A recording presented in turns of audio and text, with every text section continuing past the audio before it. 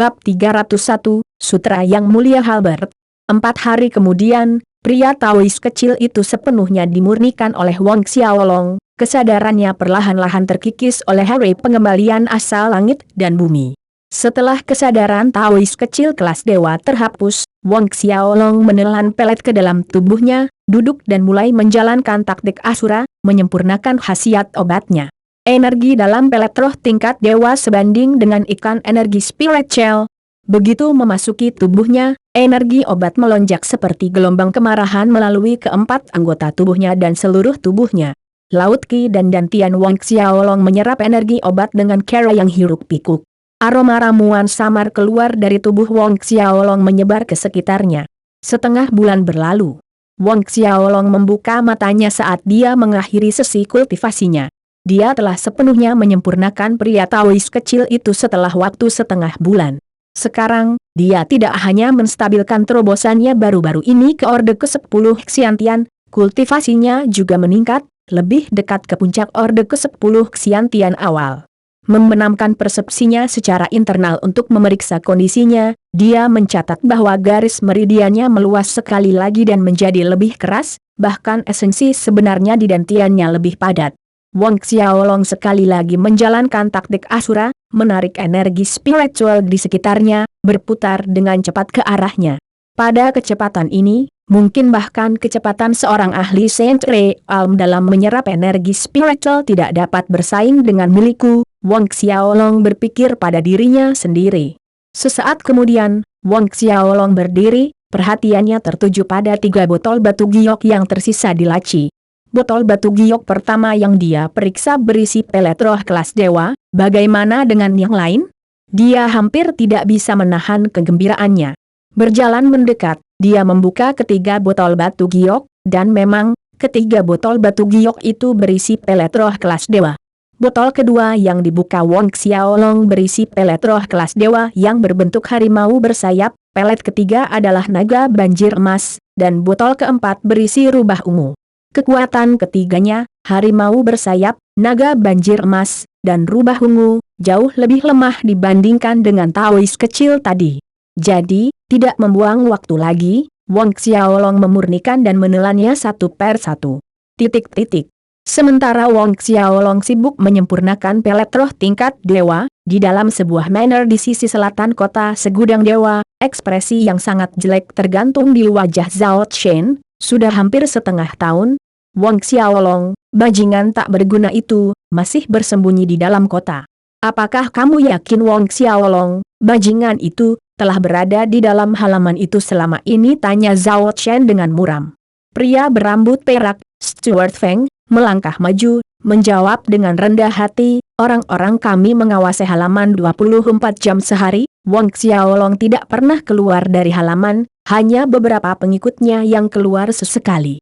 Meski begitu, mereka hanya keluar untuk membeli beberapa kebutuhan sehari-hari, tidak ada yang keluar kota. Sebuah cahaya berkilauan di mata Zhao Chen. Tapi Stuart Feng yang berambut perak berbicara dengan hati-hati, "Cuan muda, bawahan ini punya pertanyaan, saya ingin tahu apakah pantas untuk bertanya?" Zhao Chen melirik Stuart Feng sambil berkata, "Kamu bertanya-tanya mengapa aku bertindak melawan Wang Xiaolong ketika tidak ada perseteruan di antara kita." Stuart Feng terkejut karena pikirannya terlihat, tetapi dia mengangguk. Ya, hati budak ini memiliki keraguan. Selain itu, Wang Xiaolong hanyalah seorang junior tanpa nama, dengan identitas cuan muda, tidak perlu bertindak secara langsung. Faktanya, seperti yang dikatakan Stuart Feng, dengan latar belakang Zhao Chen, dia tidak perlu menangani masalah ini sendiri. Selama dia mengucapkan kata-kata, akan ada banyak orang yang bersedia melayani. Zhao Chen berkata, "Saya punya alasan untuk menangani masalah ini secara pribadi. Jangan tanya apa yang seharusnya tidak kamu tanyakan, kamu akan tahu di masa depan." "Ya, cuan muda." Budak ini berbicara terlalu banyak, Stuart Feng mengakui dengan hormat. Tetapi setelah ragu-ragu, dia memberanikan diri lagi. Namun, jika Wang Xiaolong terus mengurung dirinya di City of Myriad Gods, kita Tatapan mata Zhao Chen menajam, ada 3 bulan tersisa sampai hari pembukaan kota hantu, 2 bulan lagi, jika Wang Xiaolong itu masih belum muncul, maka aku hanya bisa membawanya pergi dengan paksa. Kota hantu, salah satu dari 6 kota utama pada zaman kuno, sebuah monumen yang ditinggalkan oleh salah satu dari 6 raja kuno, raja hantu, muncul setiap 1000 tahun sekali. Hari-hari berlalu dan itu lebih dari sebulan, di tempat tinggal rahasia di bawah danau musim semi yang dingin, Wang Xiaolong berhasil menyempurnakan yang terakhir dari 3 pelet roh kelas dewa, memperkuat kultivasinya ke Orde ke-10 Xiantian Pertengahan. Orde ke-10 Pertengahan Xiantian. Wang Xiaolong berdiri dan memulai pertempurannya. Napas sederhana mengumpulkan aliran udara menjadi spiral, berubah menjadi naga angin melolong yang meraung tanpa henti, berputar di atas ruang untuk waktu yang lama sebelum menghilang. Ini adalah tingkat kekuatan Wang Xiaolong saat ini. Setiap nafas yang dia tarik masuk dan keluar mengandung kekuatan naga. Kemudian Wang Xiaolong melangkah keluar dari gubuk rumput jerami ke ruang terbuka di dekatnya dan mulai berlatih taktik Asura, menampilkan gerakan satu demi satu sejak awal. Pusaran angin kencang berputar di atas angkasa, diikuti oleh langit yang dipenuhi petir saat kuncup bunga aneh bermekaran di udara, kemudian bola mati merah yang mencolok muncul entah dari mana, melepaskan sinar cahaya yang menakutkan. Beberapa saat kemudian, Wang Xiaolong berhenti, tetapi butuh waktu lebih lama untuk angin kencang, petir yang kuat, dan bola mati merah menghilang. Menampilkan keterampilan pedang Asura dari langkah pertama setelah membobol Orde ke-10 Xiantian, Wang Xiaolong menemukan pemahamannya tentang mereka semakin dalam. Aku ingin tahu apa yang ada di dalam sisa gubuk rumput. Wang Xiaolong fokus lagi pada saat ini, matanya menyimpang ke gubuk rumput yang tersisa. Dengan kedipan, dia memasuki gubuk rumput ketiga secara acak. Di dalam, selain tombak panjang, tidak ada yang lain. Tombak panjang seluruhnya terbuat dari emas gelap metalik, di tubuhnya tertulis banyak binatang mitos zaman kuno, masing-masing tampak hidup dengan jelas. Mengikuti panjang tombak panjang, Wang Xiaolong memperhatikan teks kuno yang padat di bagian bawah tombak. Sutra Yang Mulia Halberd, Wang Xiaolong menerjemahkan kata-kata itu. Menurut apa yang tertulis, selama dia memurnikan Eminent Holiness Halberd, dia akan dapat mewarisi seluruh warisan sutra. Sutra Halberd yang mulia ini ditinggalkan oleh pemilik ruang ini, yang mulia, sutra tombak ini adalah keterampilan bertarung terkuatnya. Dengan memurnikan Eminent Holiness Halberd ini, seseorang benar-benar dapat memperoleh sutra Eminent Holiness Halberd. Ini adalah panen yang tak terduga, mata Wang Xiaolong berbinar. Meskipun dia tidak kekurangan dalam hal teknik kultivasi dan keterampilan bertarung, ini adalah hal-hal yang tidak akan dianggap terlalu banyak oleh siapapun. Menilai dari situasinya, Yang Mulia ini sendiri adalah seorang guru besar. Hanya mereka yang telah mencapai alam dewa yang dapat menuliskan teknik kultivasi atau keterampilan bertarung mereka ke dalam benda mati sehingga dapat tetap menjadi warisan selama bertahun-tahun. Dengan demikian, mengikuti metode pemurnian yang tertulis di tubuh tombak Yang Mulia, Wang Xiaolong memulai pertempurannya, perlahan-lahan menyempurnakan tombak menjadi miliknya. Selusin jam kemudian, ketika Wang Xiaolong selesai menyempurnakan tombak, sebuah adegan tiba-tiba muncul di benaknya. Dalam adegan itu, seseorang yang tingginya mencapai 3 zeng berdiri tinggi di atas puncak gunung. Tombaknya menebas dan laut di depannya surut tanpa perlawanan. Kemudian, tombaknya berayun keluar, niat tombak mencapai 10.000 mil memotong tepat melintasi gunung besar terus-menerus, tepat di tengah. Orang raksasa ini menampilkan satu serangan demi serangan terus-menerus sutra Halberd kekudusan terkemuka. Menyaksikan kekuatan Eminent Holiness Halberd Sutra untuk mengguncang gunung dan membalik lautan, Wang Xiaolong sangat terkejut. Segera, adegan dalam pikirannya berakhir dan menghilang. Ada total 9 jurus dalam Eminent Holiness Halberd Sutra, setiap jurus sama kuat dan kuatnya. Saya harus mencari waktu untuk bertanya kepada Zhao Su dan Zheng Fu tentang Yang Mulia ini, dia seharusnya bukan seseorang yang tidak bernama. Wang Xiaolong membuat catatan. Melihat tombak panjang, dengan pikiran, ukurannya menyusut semakin kecil, pada akhirnya, tenggelam ke lengan kanan Wang Xiaolong. Di lengan kanan Wang Xiaolong, Blades of Asura membuat rumah mereka di sana sejak lama. Sekarang, di samping tato pedang kembar gelap itu ada pola tombak emas yang mirip totem.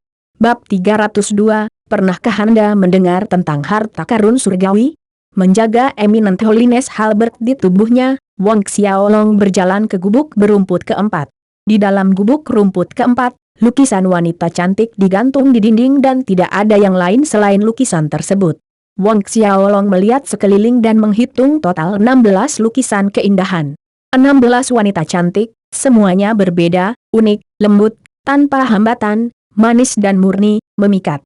Dan ke-16 wanita cantik itu telanjang. Melihat lekukan yang glamor, puncak yang membanggakan, dan padang rumput yang indah di bawah, bahkan dengan kemauan kuat Wang Xiaolong, dia tidak bisa menghentikan detak jantungnya yang semakin cepat. Wang Xiaolong butuh beberapa saat untuk menekan hasrat yang muncul di hatinya, matanya terfokus pada benang merah yang melilit tubuh telanjang ke-16 wanita cantik itu. Putaran dan belokan benang merah pada lukisan wanita cantik berbeda, Wang Xiaolong percaya bahwa ini menunjukkan aliran energi dari teknik kultivasi. Wang Xiaolong menoleh ke arah lukisan pertama, memperhatikan sebaris kata di pojok kiri bawah, ditulis dalam teks kuno yang sangat kecil. Seni sihir 7 keinginan. Seni sihir 7 keinginan? Bukankah kekudusan terkemuka berkultivasi dalam teknik kekudusan terkemuka? Wang Xiaolong terkejut menemukan seni sihir 7 keinginan ini. Dalam pandangannya, seni sihir 7 keinginan ini pasti merupakan teknik kultivasi yang dipraktikkan oleh beberapa raja jahat pada zaman kuno dan secara kebetulan, itu jatuh ke tangan yang mulia. Wang Xiaolong tidak membuang waktu untuk bersikap sopan, dan tanpa ragu, dia memindahkan semua lukisan ke cincin Asura. Ketika dia datang ke gubuk rumput kelima, itu sebenarnya kosong, sedangkan di gubuk rumput keenam, ada tongkat kerajaan di dalamnya. Di kepala tongkat itu ada ukiran kepala binatang surgawi, matanya merah padam, memancarkan momentum terhormat dari binatang surgawi kuno. Melihat ini, Wang Xiaolong mengambil tongkatnya. Memegangnya di tangannya, kehangatan menyebar di telapak tangannya. Membalikan tongkatnya ke atas dan ke bawah dan berputar-putar saat dia mencoba mencari tahu asal tongkat itu, dia sampai ke nol. Meskipun dia tidak dapat mengetahui asal-usul tongkat itu, Wang Xiaolong sangat merasa bahwa itu sama sekali tidak sederhana, seperti cincin Asura dan bilah Asura. Tongkat kerajaan juga masuk ke cincin Asura. Keluar dari pondok rumput keenam, Wang Xiaolong menyapu bersih semua ramuan dan ramuan di ruang angkasa, memindahkan semuanya ke cincin Asura.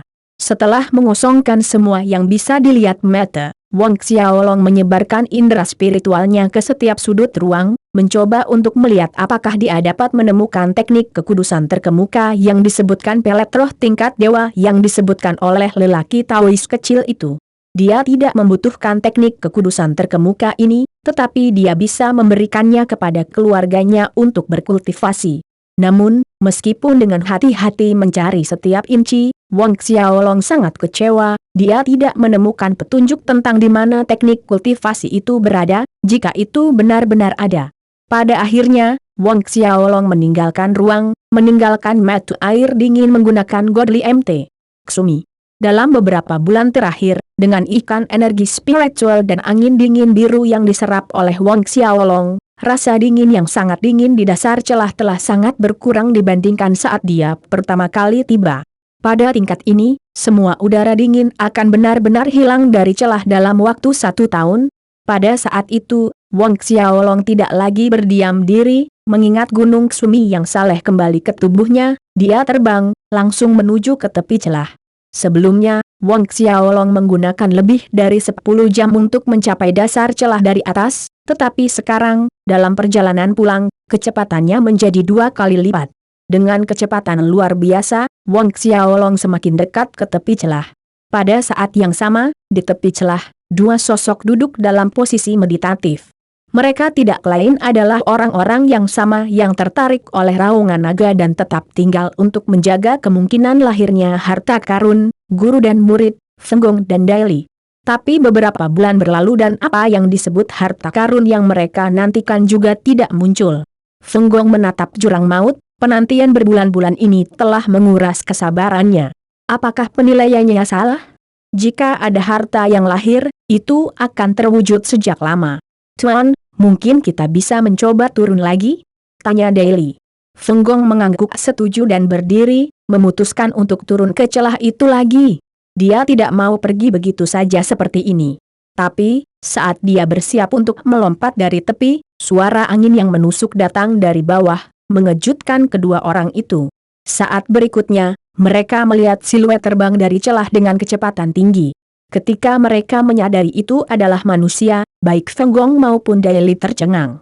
Selama berbulan-bulan mereka berada di sini, mereka tidak melihat siapapun memasuki celah. Oleh karena itu, satu-satunya kesimpulan yang masuk akal adalah orang ini turun ke celah sebelum mereka tiba. Orang ini benar-benar berhasil menahan angin dingin biru, tinggal di sana selama beberapa bulan. Mungkinkah orang ini tidak takut dengan angin dingin yang ekstrim di dasar celah? Sementara keduanya tenggelam dalam keraguan dan keterkejutan, tubuh Wong Xiaolong melesat melewati tepi celah, mendarat dengan lembut di tanah dengan satu putaran. Merasakan sinar matahari yang hangat di kulitnya, Wong Xiaolong menarik napas dalam-dalam, sangat menyegarkan.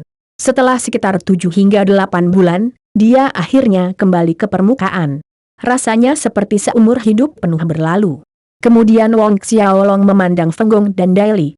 Melihat Wong Xiaolong memandangi mereka, guru dan murid keduanya pulih dari keterkejutan mereka dan Feng Gong diam-diam merasa lega ketika dia melihat kultivasi pemuda itu hanya pada pertengahan Orde ke-10 Xiantian.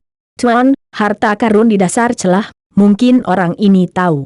Daily beringsut lebih dekat ke Feng Gong, berbisik di telinganya. Feng Gong mengangguk, dia memiliki pemikiran yang sama. Anak muda, saya punya beberapa pertanyaan untuk Anda. Jika Anda menjawabnya dengan jujur, saya dapat membiarkan Anda pergi. Namun, satu kata yang salah dan keretakan ini akan menjadi tempat pemakamanmu. Feng Gong menunjuk ke celah di belakangnya, menyatakan dengan nada merendahkan. Dia adalah ahli akhir Xiantian Puncak, setengah langkah ke alam Saint, status yang sangat dekat dengan ahli alam Saint yang sebenarnya, membunuh prajurit Orde ke-10 Xiantian pertengahan cukup mudah.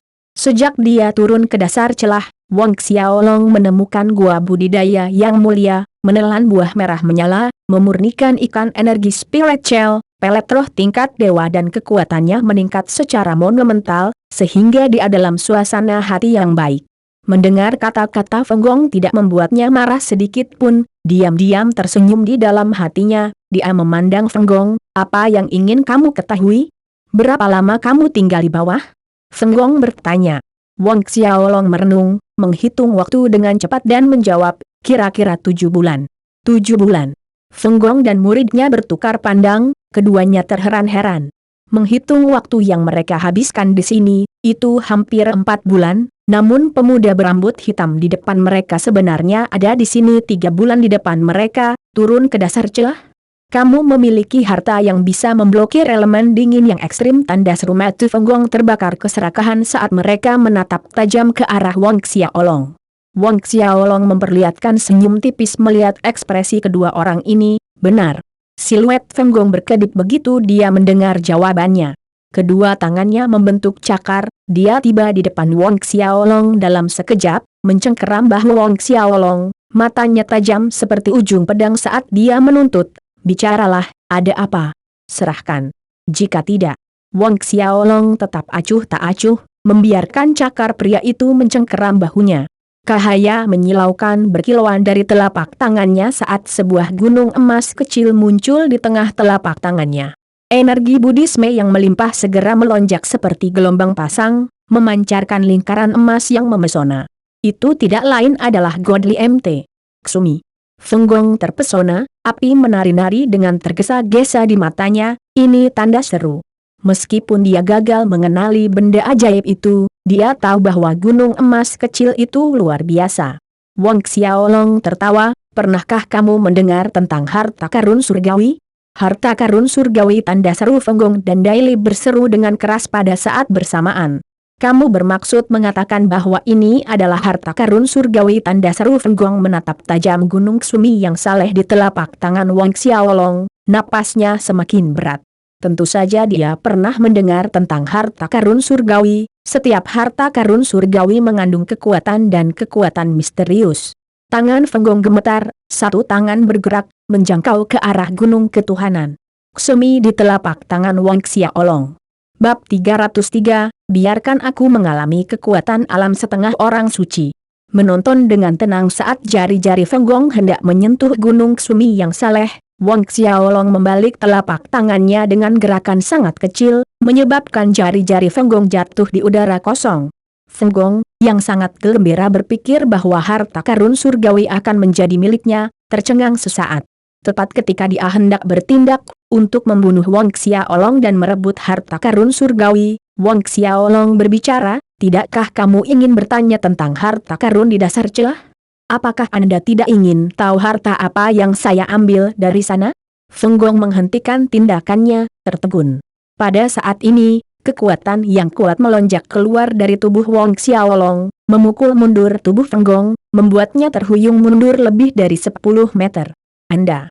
Fenggong melotot marah pada Wang Xiaolong. Pada saat yang sama, dia sangat terkejut di dalam.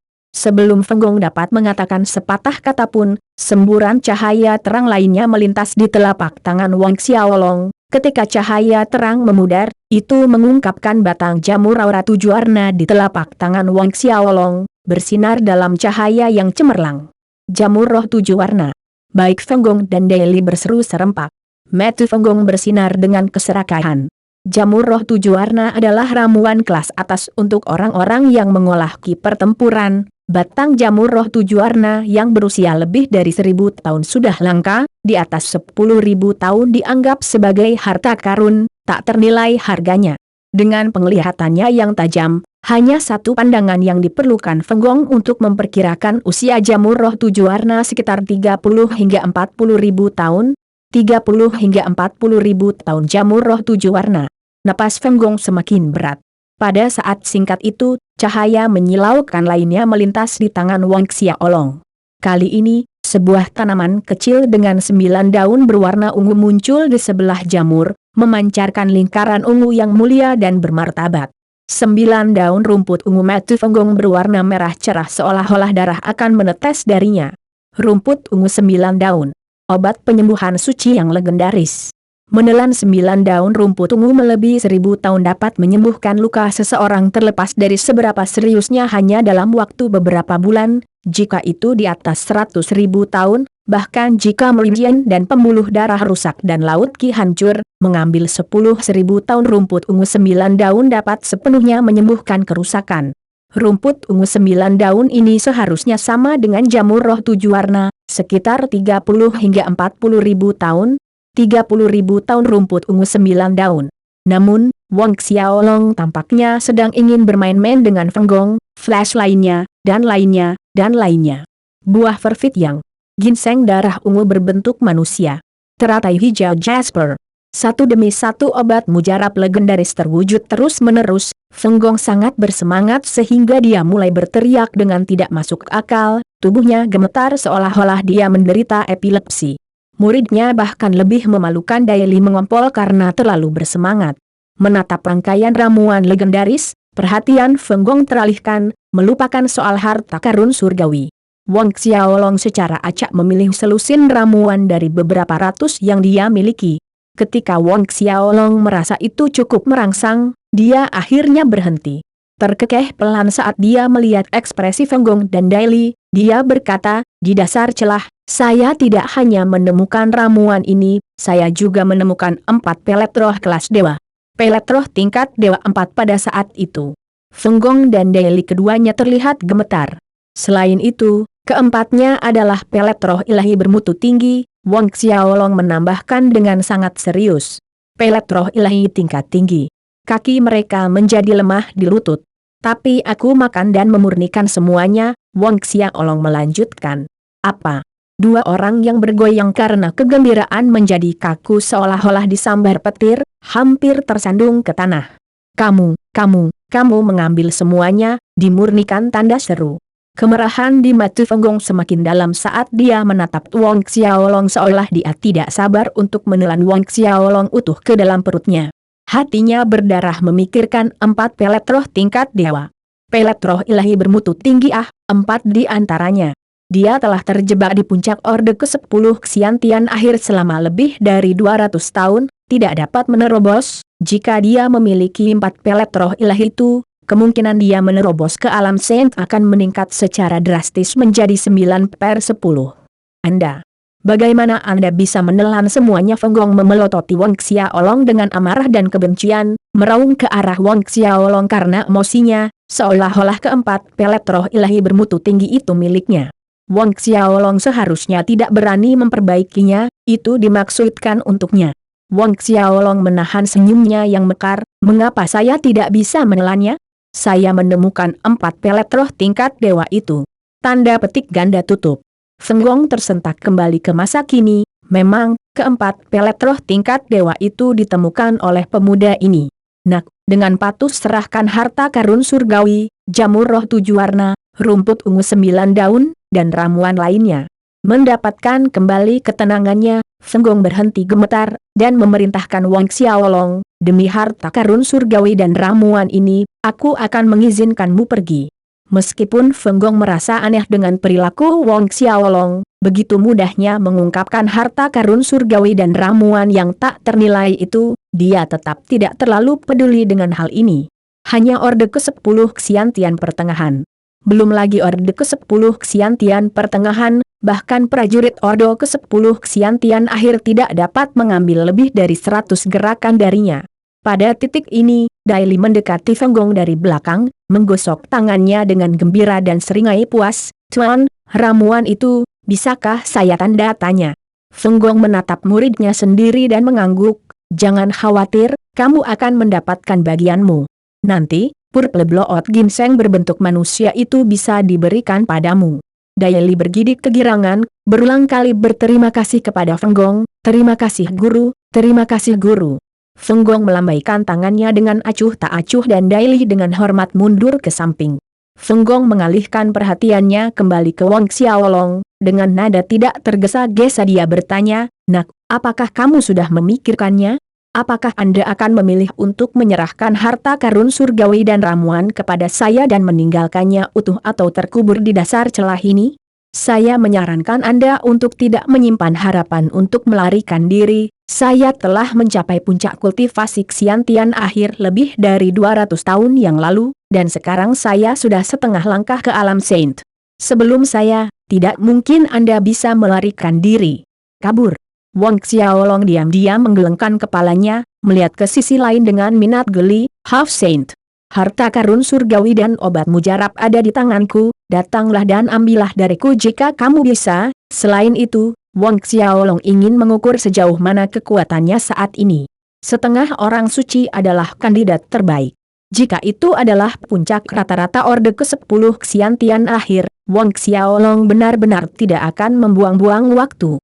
Feng Gong bingung dengan kata-kata Wang Xiaolong, lalu seringai muncul di wajahnya, nak, karena kamu menginginkan kematian, maka jangan salahkan aku. Saat suaranya turun, tinju Feng Gong meninju ke arah Wang Xiaolong. Biarkan aku membuka matamu pada kekuatan setengah Saint. Kekuatan setengah Saint bukanlah sesuatu yang bisa direnungkan oleh Orde ke-10 Xiantian pertengahan yang sangat kecil seperti yang bisa Anda renungkan. Jejak tinju raksasa ditembakkan, menembus udara sambil memancarkan api ungu, menimbulkan angin yang bergolak. Sebelum jejak tinju mendekati Wang Xiaolong, batu-batu besar di tanah sudah hancur karena kekuatan, hancur lebur. Pada saat ini, Wang Xiaolong mengangkat tangannya, meninju langsung ke tinju Feng Gong.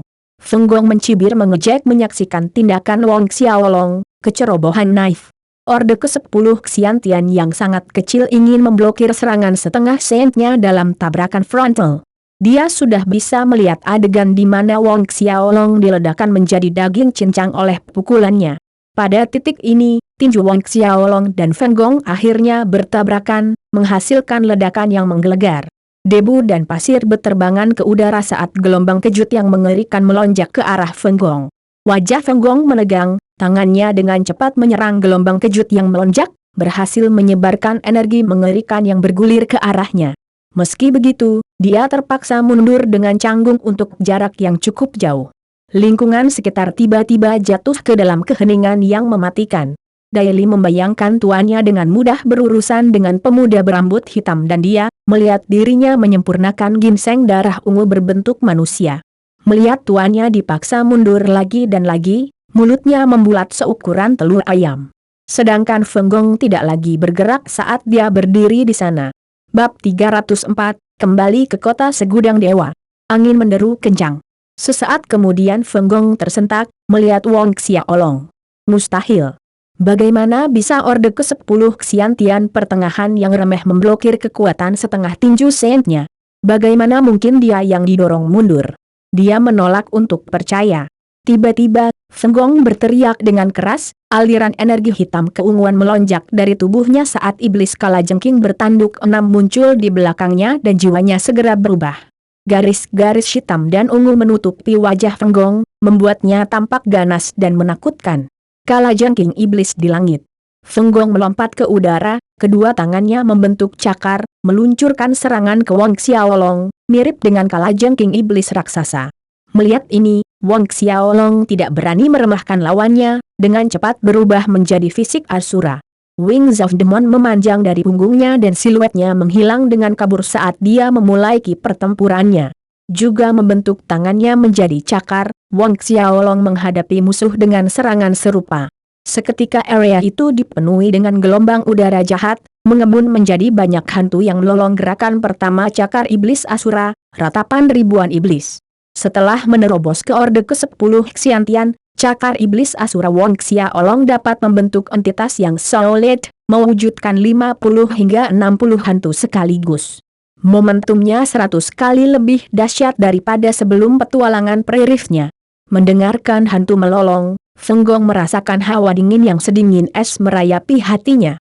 Namun, pada titik ini, cakar iblis kalajengking dan cakar iblis Wong Xiaolong asura bertabrakan. Kekuatan rebound terasa seperti tsunami, memaksa Feng Gong terhuyung mundur.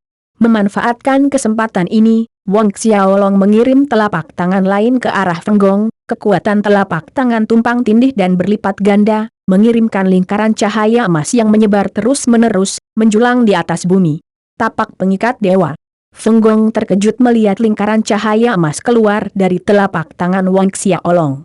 Hampir bersamaan, dia merasakan aliran udara di sekelilingnya disedot, sementara anggota tubuh dan tubuhnya dibelenggu oleh banyak rantai tak terlihat. Ketakutan meningkat dengan cepat di hati Feng Gong. Dia mendorong ki pertempurannya dengan hiruk-pikuk, ingin membebaskan dirinya dari belenggu yang tak terlihat ini, tetapi yang membuatnya panik adalah semakin dia berjuang, semakin erat rantai ini tampaknya mengikatnya. Merasakan Wong Xiaolong semakin dekat, dia takut, panik, dan marah. Ledakan ki tanpa batas. Mata Feng Gong memerah, ki pertempurannya tiba-tiba bergema dan serangkaian ledakan terdengar di udara. Tepat ketika Wong Xiaolong hendak menyerang lagi, Feng Gong akhirnya berhasil lolos dari ikatan, dengan cepat mengangkat kedua tangannya untuk memblokir telapak tangan Wong Xiaolong. Sekali lagi, Feng Gong ditolak kembali karena malu, wajahnya menjadi lebih putih. Pada saat dia berhenti, dia telah mundur beberapa ratus meter, terengah-engah, dia menatap Wong Xiaolong dengan kaget dan ketakutan yang hebat. Baru saja, apa keterampilan bertarung itu tanda seru jika bukan karena dia menggunakan metode putus asa, dengan paksa mengeksekusi ledakan ki tanpa batas, mungkin sekarang, dia sudah menjadi. Wong Xiaolong tidak terkejut bahwa Feng Gong berhasil lolos dari batasan telapak tangan pengikat dewa, karena jika setengah orang suci tidak memiliki setidaknya kekuatan sebanyak itu, maka dia tidak dapat disebut setengah orang suci. Namun, ketika Wong Xiaolong bersiap untuk terus menyerang, Feng Gong berteriak dengan cemas, "Berhenti!" Feng Gong memandang Wong Xiaolong, kedua lengannya mati rasa karena kesakitan. Meskipun total waktu mereka bertukar gerakan hanya beberapa tarikan napas, dia sudah merasa takut. Ketakutan seolah-olah dia sedang bertarung dengan seorang ahli alam saint yang sebenarnya melilit hatinya. Tapi Wong Xiaolong bertindak seolah dia tidak mendengar apa-apa, melompat. Kekuatan kedua tinju meledak. Jejak tinju melindungi langit, tidak berwujud dan nyata, sangat dalam. Tinju kekosongan agung.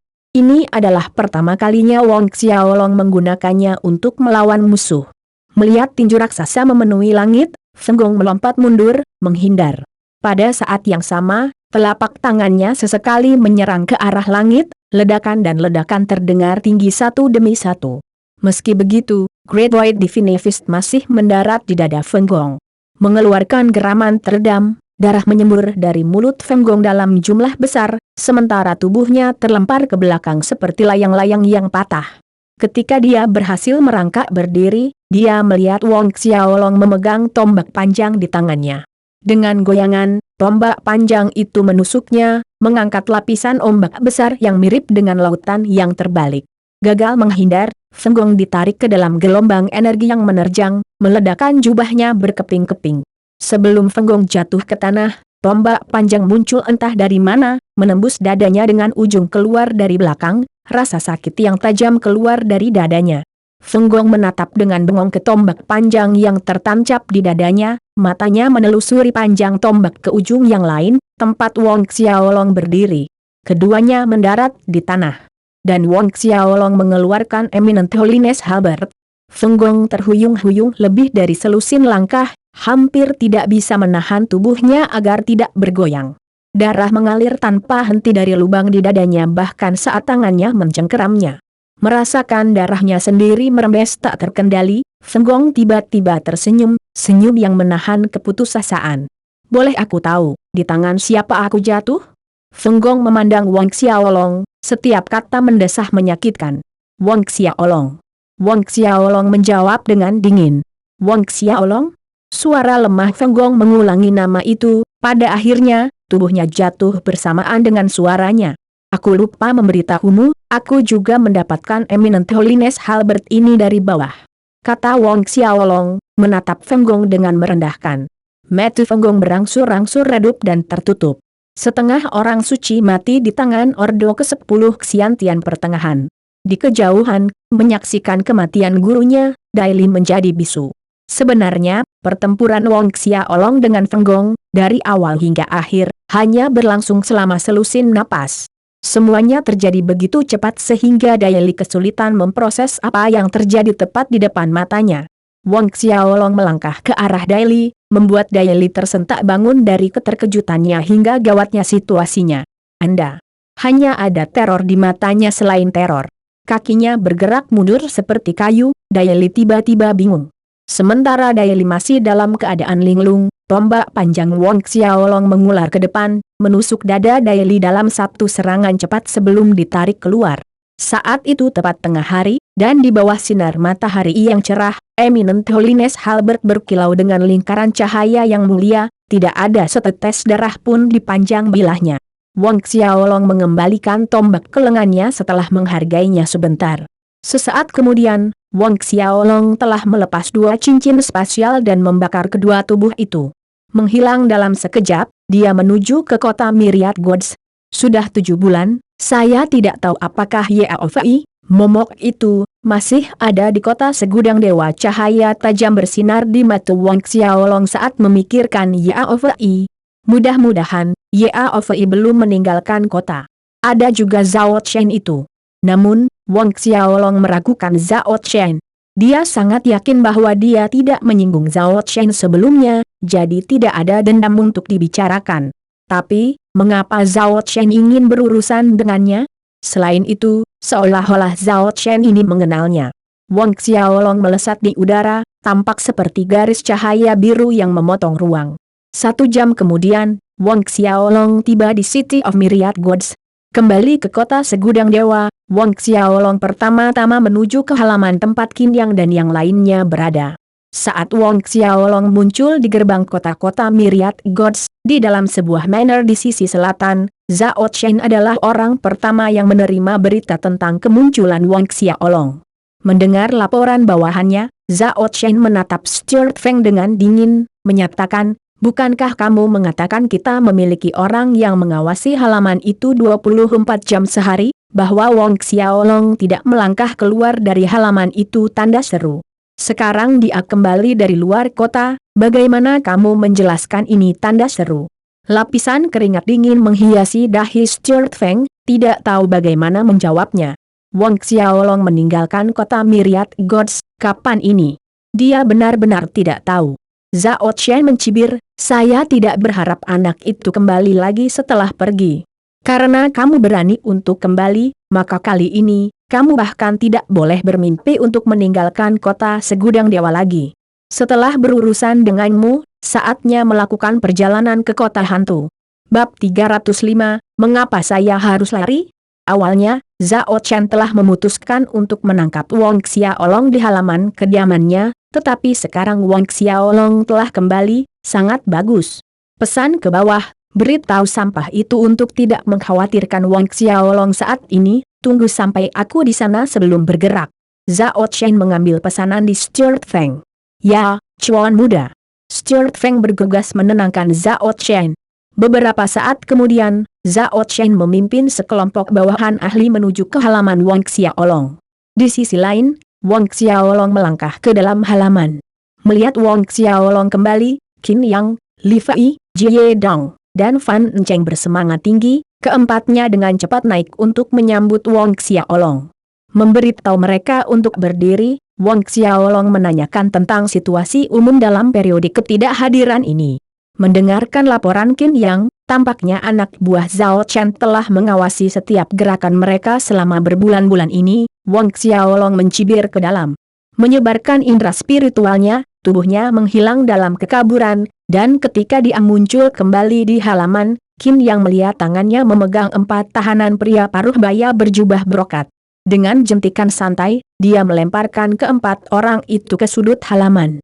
Qin Yang, Li Fei, dan yang lainnya terbelalak saat mereka melihat 4 orang yang dengan santai dilempar Wang Xiaolong ke sudut. Mereka tentu saja mengenali wajah 4 orang itu sebagai bawahan Zhao Chen. Selain itu, masing-masing dari mereka adalah perintah ke-8 Xiantian Pakar. Itu hanya selang waktu beberapa napas, Wang Xiaolong sudah menangkap 4 ahli Orde ke-8 Xiantian. Tanda seru. Apakah ini berarti tuan muda mereka menemukan tempat tinggal yang ditinggalkan oleh tuan suku Dewa Kuno itu? Selain itu, mereka tidak dapat memikirkan alasan lain mengapa kekuatan Wang Xiaolong meningkat pesat dalam 7 bulan yang singkat. Cuan muda tidak hanya menerobos Orde ke-8 Xiantian, mungkin dia mencapai Orde ke-8 Xiantian akhir, bahkan mungkin puncak Orde ke-8 Xiantian akhir. Qin yang diam-diam menduga. Dalam penilaiannya, Wang Xiaolong bisa mengalahkan Orde ke-8 Xiantian ketika dia masih menjadi Orde ke-7 Xiantian pertengahan. Sekarang setelah dia berhasil menembus Orde ke-8 Xiantian akhir, berurusan dengan beberapa ahli Orde ke-8 Xiantian bukanlah hal yang luar biasa. Wang Xiaolong tidak tahu tentang pemikiran yang melewati pikiran kecil keempat bawahannya. Melihat 4 orang di tanah, suaranya yang dingin terdengar. Bicaralah, mengapa Zhao Chen begitu tertarik untuk berurusan denganku?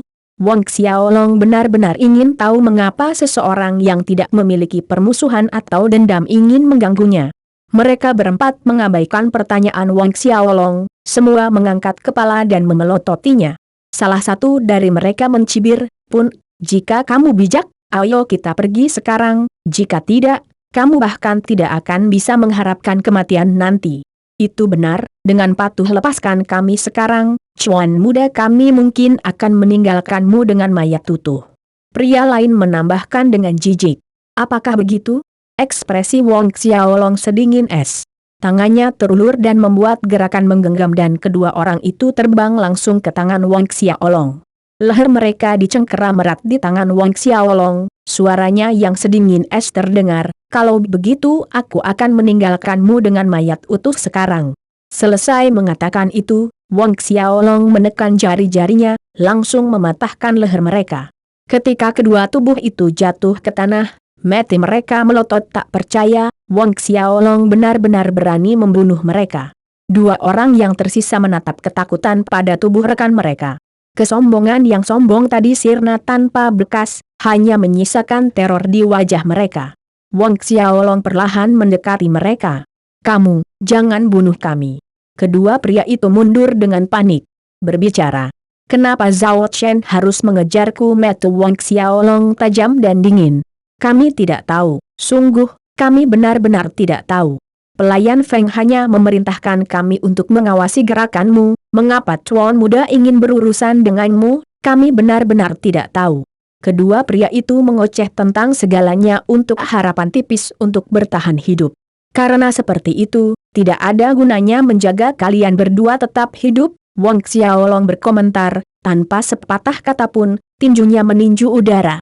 Great White Divine Fist mendarat tepat di dada kedua pria itu, membuat lubang di dada mereka.